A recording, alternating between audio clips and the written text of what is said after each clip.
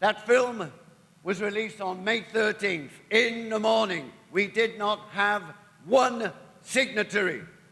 The deadline was midnight on May the 15th.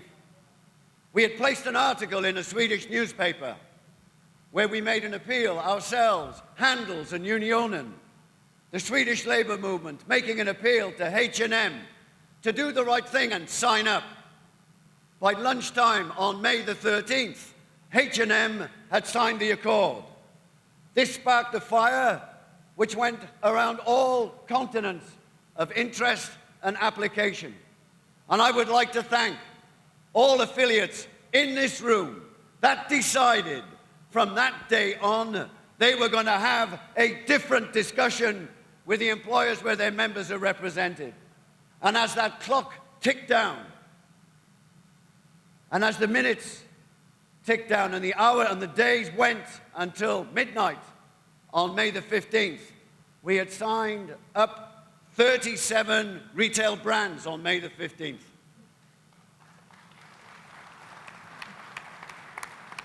Now, the point was that this was a union accord. This wasn't a soft, voluntary, we'll do our best agreement. It was legal. It was leveraged around workers' rights and transparency and with legal consequences. As I speak to you today, as a result of the work that you have done, unions everywhere, speaking with one voice, with power, on behalf of the peoples of your nation, we have nearly 100 retail brands who have signed up for this accord.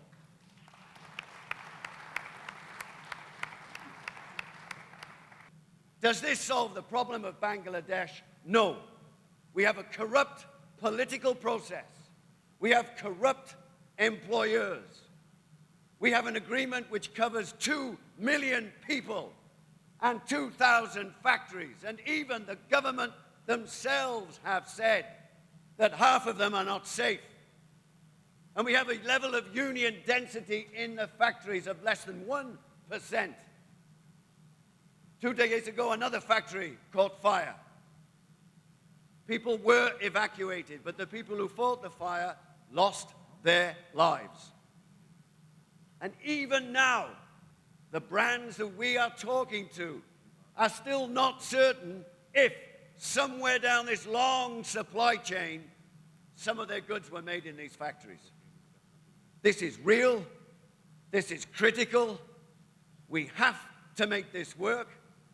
And it's important that we apply similar conditions, not just to Bangladesh, but throughout the supply chain, in terms of textiles, foodstuffs, and others.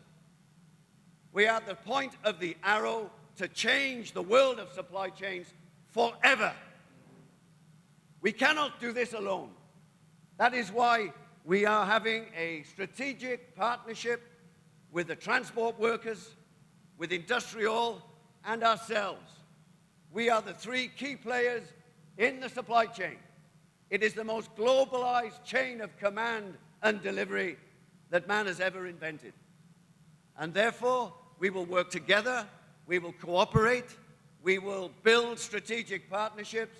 It may not always capture the headlines, but the fact that employers and suppliers know that the ITF, the transport workers, the factory workers and manufacturing unions and the services workers, who between us represent almost 100 million people, are serious, and we're going to make a difference. Now, I know it's not our job to organize in the factories. That is the job of industrial. But we are ready to give a helping hand. And the way that I envisage this is that with the accord, we will have an office in Bangladesh. We have a factory inspector appointed. We will have a team of inspectors.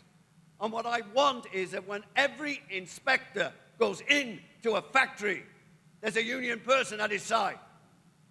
That we take away the fear in the workplace. This morning, the police are firing rubber bullets on striking textile workers who want their money because the factory's closed, because it's about to fall down.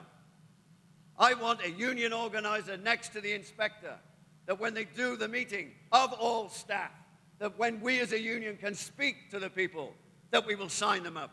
A union voice in every factory in Bangladesh. I hope you agree.